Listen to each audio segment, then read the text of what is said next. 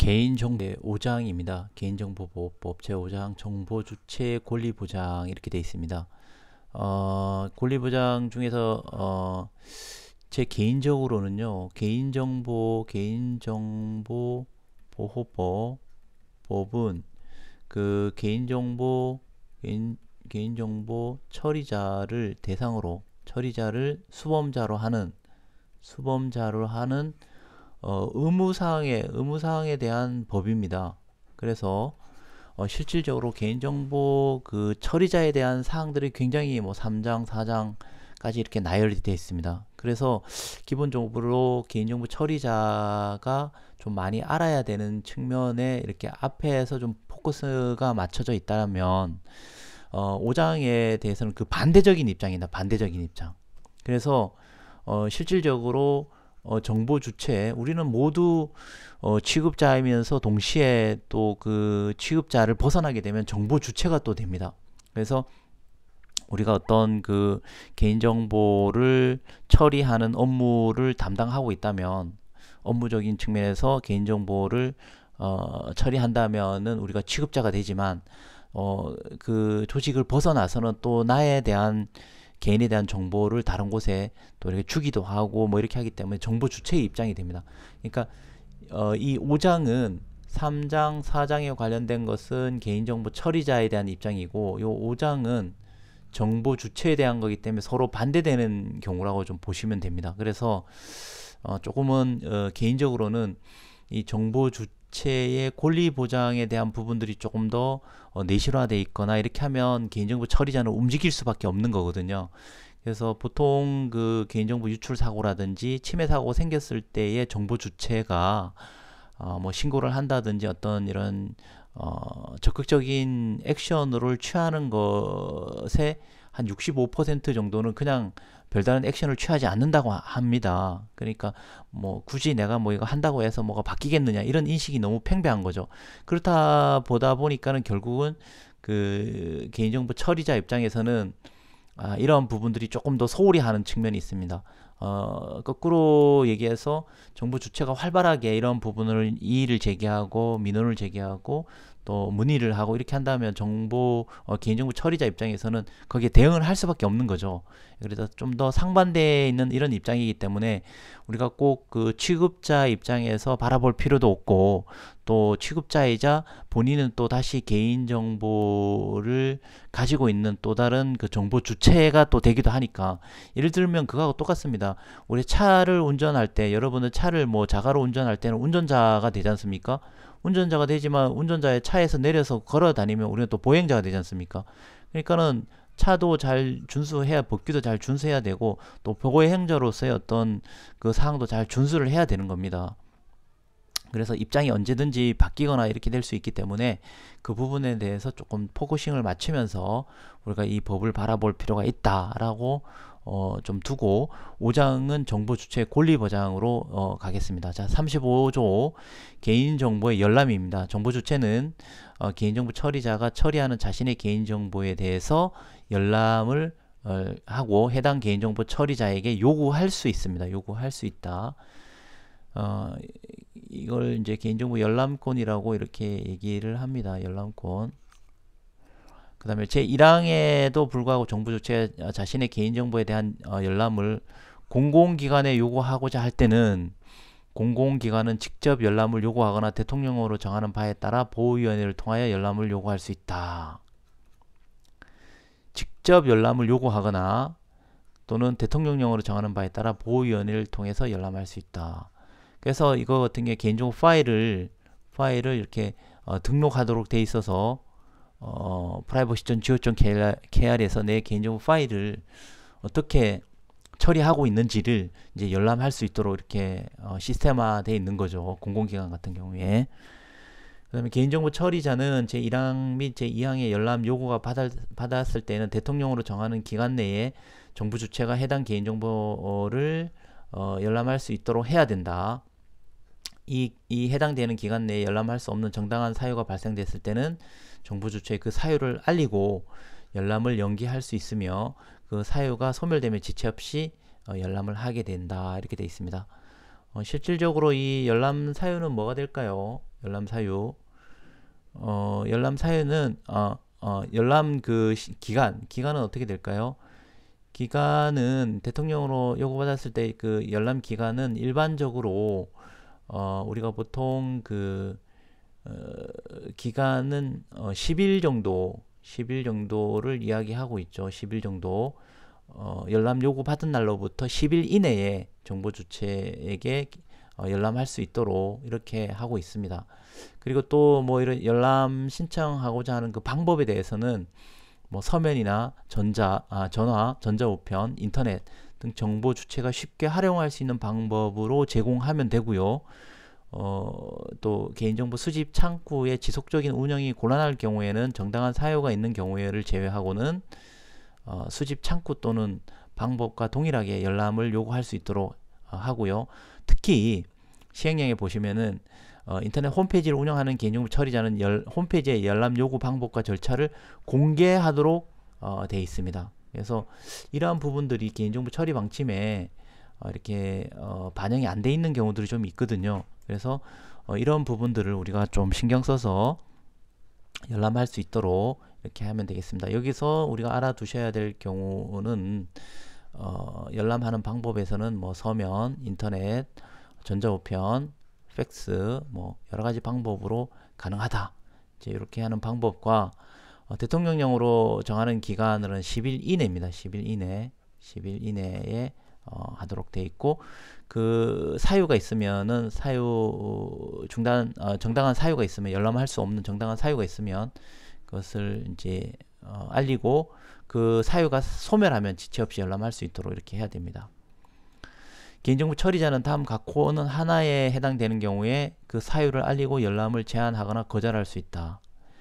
법률에 따라서 열람이 금지되거나 제한된 경우에 가능하고요.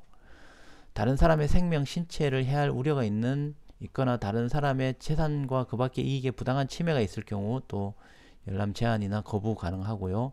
공공기관의 같은 경우는 다음과 같은 업무를 수행할 때 어떤 중대한 지장을 초래하는 경우에는 열람을 거부할 수가 있습니다. 조세, 부과, 징수 또는 환급에 대한 거, 초중등교육법, 고등교육법에 따라서 각급 학교, 평생교육법, 평생교육시설, 그 밖에 법률에 따라 설치되어 있는 기관의 성적의 평가라든지 입학, 선발에 관한 업무, 이 부분에 대해서는 거부할 가능성이 있습니다. 거부할 사유가 생깁니다. 학력, 기능 및 채용에 관한 시험, 자격 심사에 관한 업무 이런 것들도 거부 및 거부할 사유가 생길 수가 있고요.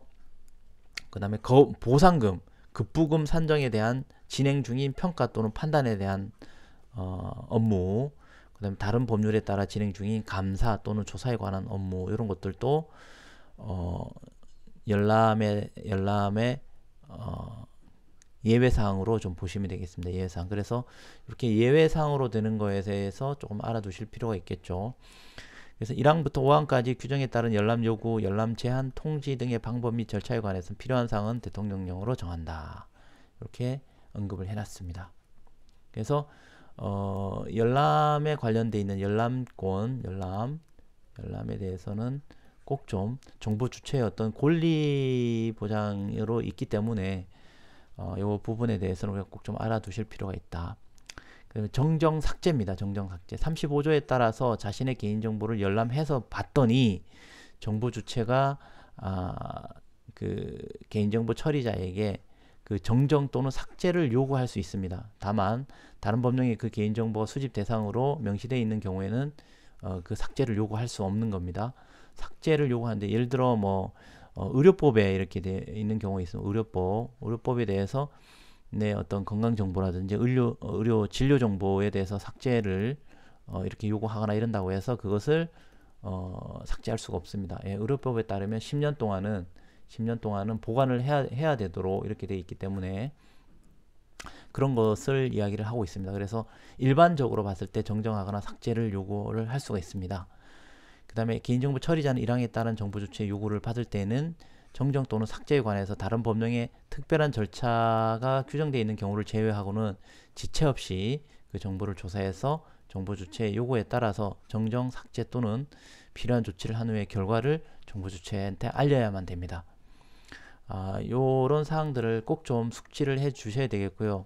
특히 소상공인, 스타트 기업들은 이런 부분들에 대해서 혹시나 정정이나 삭제 요구가 있으면 그 결과를 정보 주체한테 반드시 알리도록 되어 있습니다. 그냥 뭐 알았습니다, 처리해 드리겠습니다 이러고 끝이 아니라 그 결과를 정보 주체한테 알려야만 된다라고 얘기를 해놨습니다. 비슷한 유사한 사례가 최근에 제한테 좀 있었는데요. 어떤 그 학술 대회에 관련돼 있는 솔루션을 개발하는 기업에서 어떤 그 영업하는 담당자가 기존에 다른 기업에 있었던 어떤 그 학술 대회에 했었던 정보를 가지고 이직을 해서 다른 회사로 와서 영업으로 해서 이것을 메일로 발송한 케이스가 있었습니다. 그래서 정보 주체인 저는 여기다가 연락을 해서 실질적으로 이 20조에 따라서 제 개인정보를 어디서 수집했는지에 대한 출처를 요구했고요.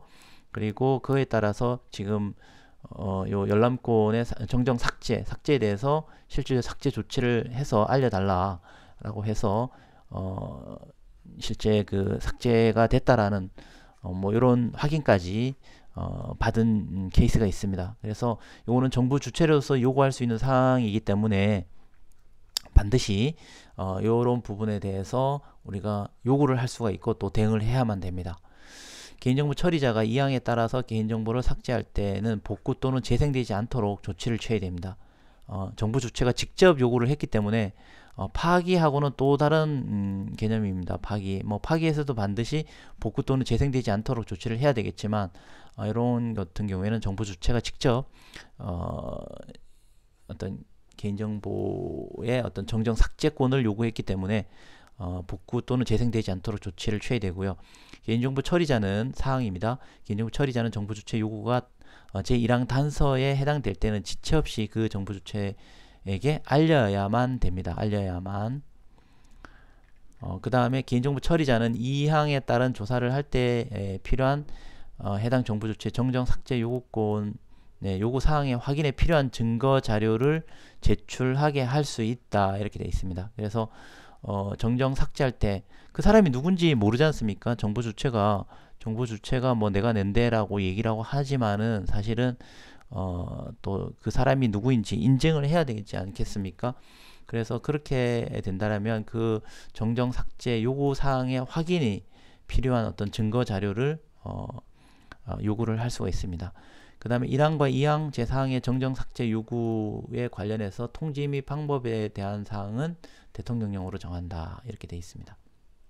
그래서 정정 삭제 요구권이 개인정보 처리자한테 36조에 이렇게 명시가 되어 있다 이렇게 정리하도록 하겠습니다. 자, 37조 개인정보를 처리 정지하는 겁니다. 정정 삭제도 있지만 처리를 정지해달라. 정보 주체는 개인정보 처리자에게 자신의 개인정보 처리를 정지 요구할 수 있습니다. 이 경우에 공공기관에 대해서는 32조에 따라 등록되는 개인정보 파일 중 자신의 개인정보에 대한 처리 정지를 요구할 수 있습니다. 공공기관에 대해서는 그 등록 대상이 되는 개인정보 파일 중 자신의 개인정보 처리를 정지를 해달라고 이렇게 요구할 수 있습니다.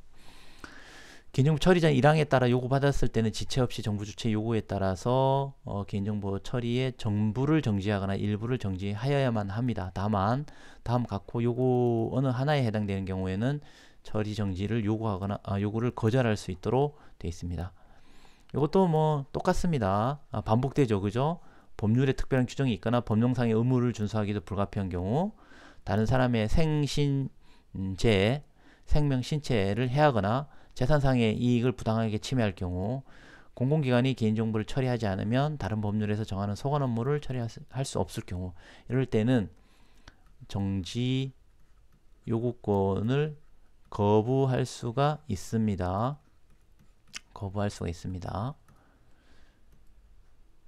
그 다음에 개인정보 처리하지 않으면 정부 주체와 약정한 서비스를 제공하지 못하는 등 계약 이행에 곤란한 경우로 정부 주체가 그의 계약의 해지 의사를 명확하게 밝히지 아니한 경우, 뭐 이것도 있습니다. 계약 체결 이행에 따라서 불가피한 경우를 하게 되는데 그 계약의 체결 의사를 해지 의사를 명확하게 밝혀야만 됩니다. 밝히지 않고 정지를 요구할 수 있는 경우는 거부할 수 있다 이런 거죠.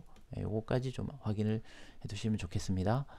그 다음에 사망, 개인정보 처리자는 이항의 단서에 따라 거절할 때는, 요구를 거절할 때는 정부 주체에게 지체 없이 그 사유를 알려야만 됩니다. 일반적인 내용이고요.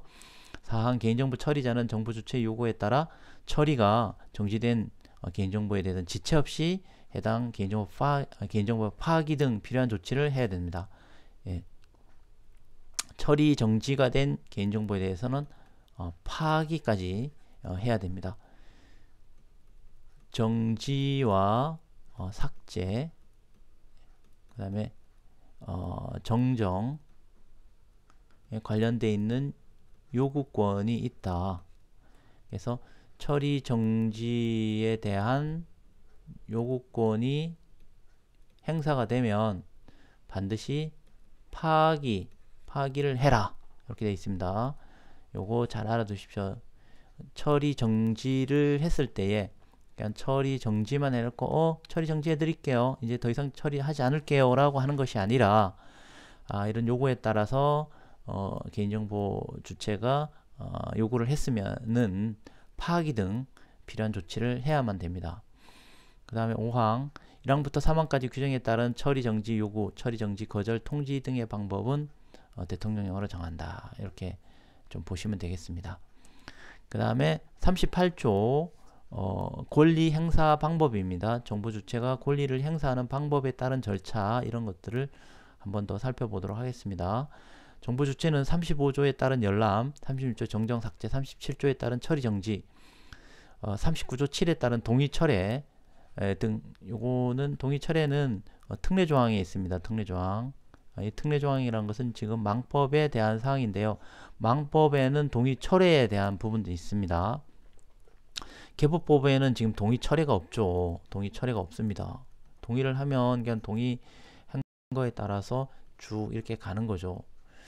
아마도 이 동의 철회에 대해서 이렇게 정정이라든지 삭제라든지 처리 정지에 대해서 이렇게 요구를 할 수가 있는데, 여기에 동의 철회라는 개념과 뭐 약간 유사하다라고 보시면 되는데, 동의를 뭐 철회하는 거나 정정 삭제 처리하는 거나 뭐 이렇게 뭐 비슷하다고 좀 보시면 되겠죠. 그래서 이런 열람 요구를 문서 등으로 대통령이 정하는 방법에 따라 대리인에게 할 수 있다. 열람 행사 방법에 따라서 정의 철회 요구 등을 문서 등 대통령이 정하는 방법 절차에 따라 대리인한테도 할 수가 있다는 거죠. 그 다음에 2항 만 14세 미만 아동에 대한 법정 대리인의 개인정보 처리자에게 그 아동의 개인정보를 열람 요구할 수 있습니다.